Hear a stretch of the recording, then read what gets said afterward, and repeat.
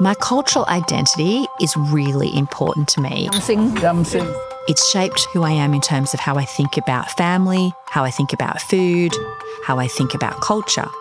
But it's also shaped my behaviours. It's always been about hard work, about never giving up, and about making the most of the opportunities that come before you. My name is Geraldine Chin Moody, and I'm a non-executive director and board performance advisor. I don't think I remember a trip to Sydney or to any capital city in Australia without visiting the local Chinatown. So I grew up in Darwin and Canberra, and no one in my family had worked in the corporate sector or worked in Sydney. Yeah, Dixon Street has changed so much over the years. Before about 1975, it was mainly the old Chinese families from our home village in Taishan. Yeah, I love coming back here, and it reminds me of all the time we've spent here as a family. This is the Chin Toy, the patriarch. So my great-grandfather, Chin Toy, he arrived in Australia in 1883, and my grandfather, Sam Chin, was born in Darwin and married my grandmother, Suwa Chin. They went on to have 11 children. Incredible photo. My dad's the youngest. Very much part of Darwin Chinese family life, the love of food.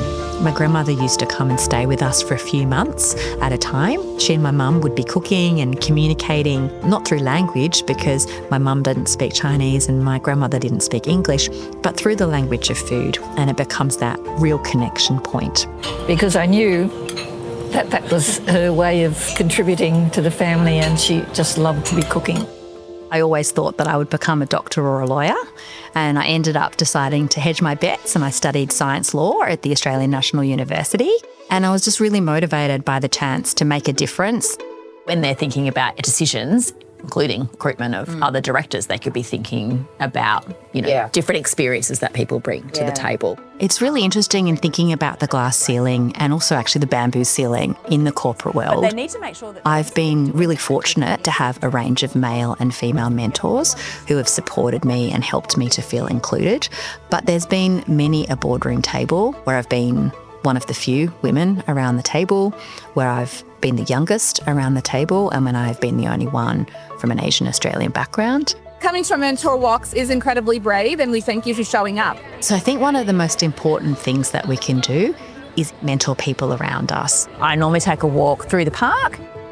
I have been so unbelievably fortunate over my life and my career to have so many incredible mentors. So for me, it's really important to make sure that I'm paying that forward. And then it's really about saying to yourself, I'm ready for this. I believe in myself. I feel like I can do this.